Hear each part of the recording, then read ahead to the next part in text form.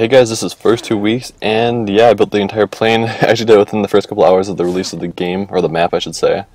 And yep, this is just a guide on how to do it.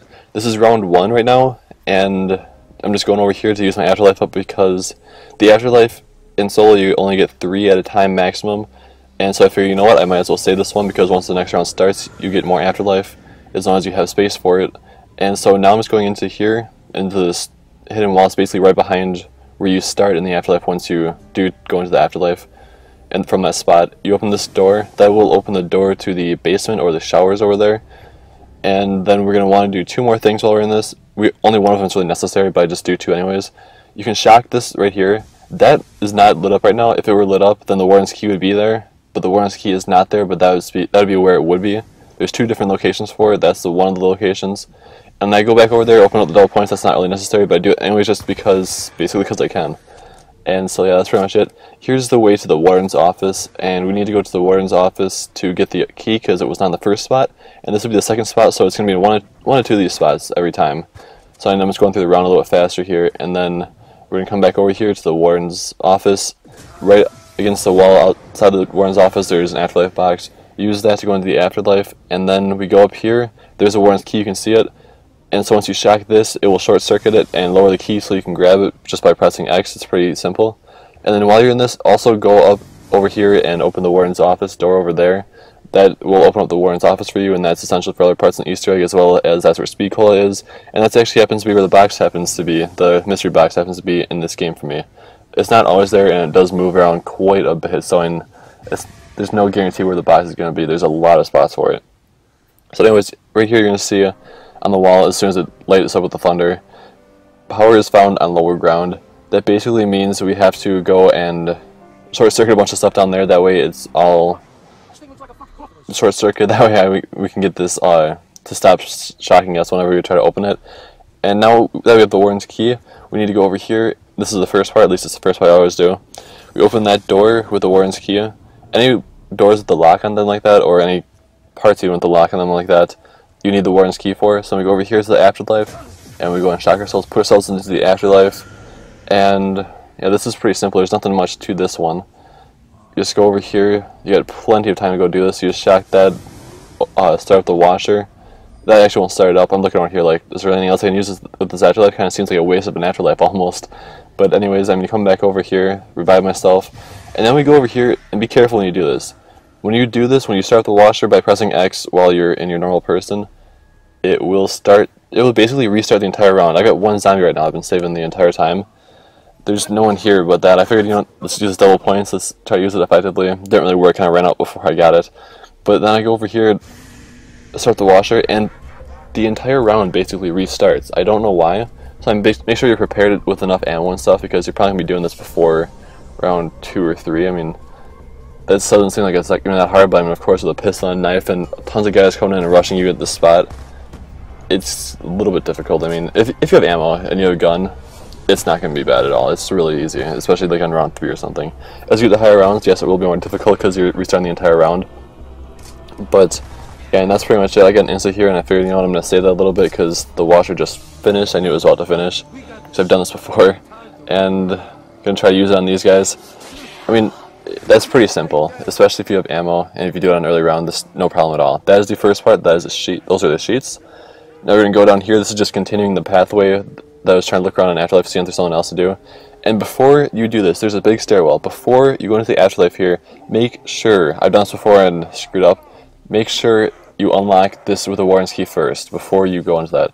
And you also have to have 1,000 points for that door before you do this also, so make sure you have that.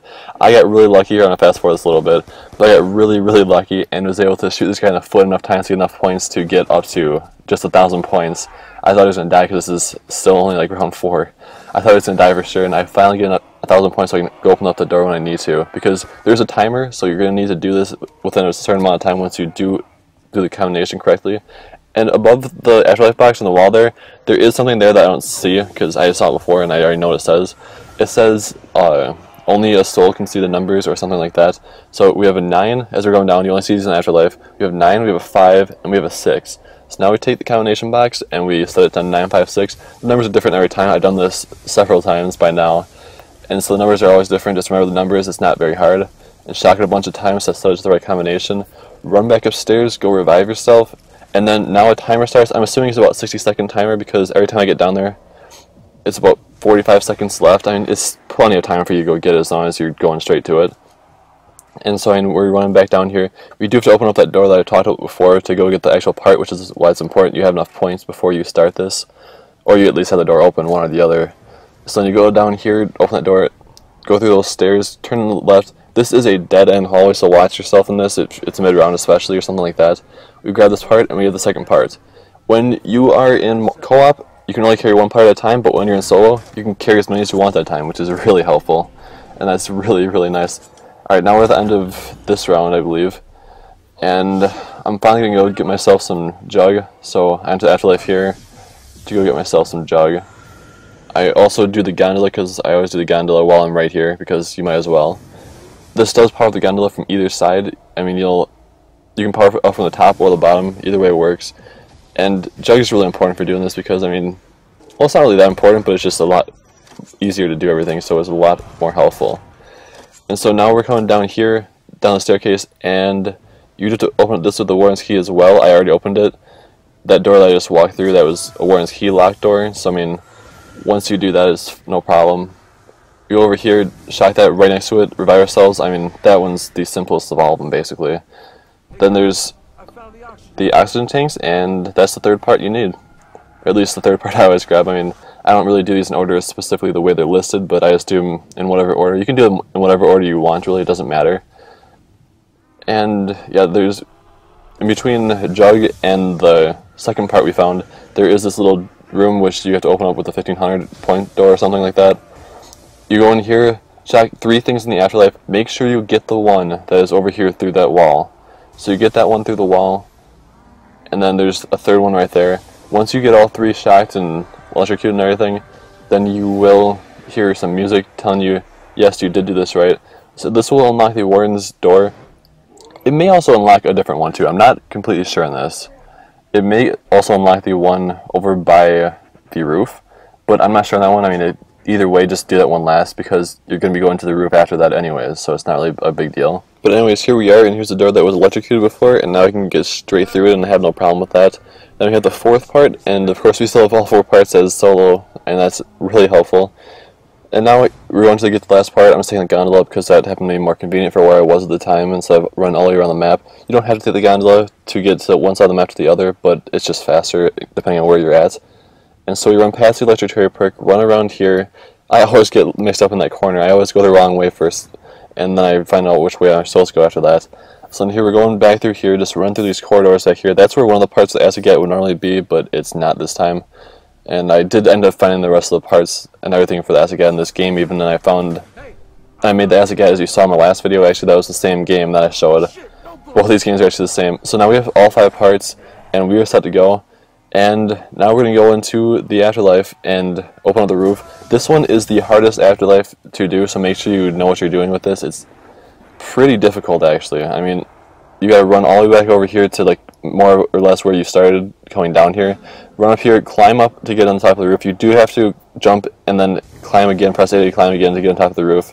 I did it pretty easily here, but it can take you a lot longer than that, so I have like 2/3 of my afterlife left or so. So now it's opened. You can go right up the roof as a person now and build the plane. You have all 5 parts to it, so you should be able to build it with no problems at all.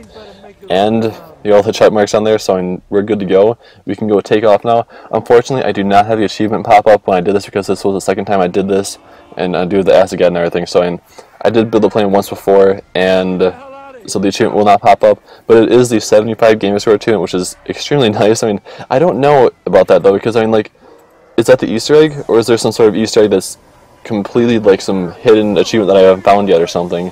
If there is some secret one, I don't think there is a secret one. But is the Easter egg completely different? Like, is there no gamer score associated with it this time? I don't know.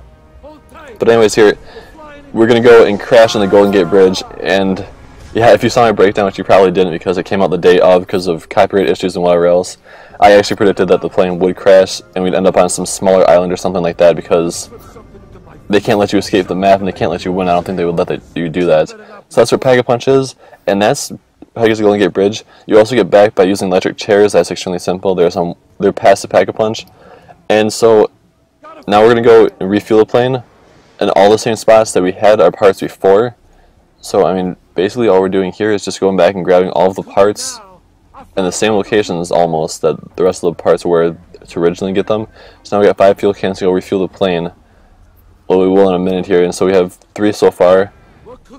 They're in all the same locations that we got the first part, so it's really not that hard to go get. And on top of that, you don't have to do anything to get them this time. You just have to go over to where they're at and grab them. That's all you have to do. And the doors will already be open for you if you opened them before, because you had to get the parts like here. And so now we got 4.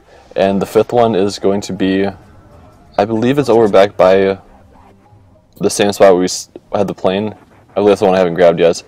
Yep, we're going to go back here again. I got a cherry on the way, might as well, I guess.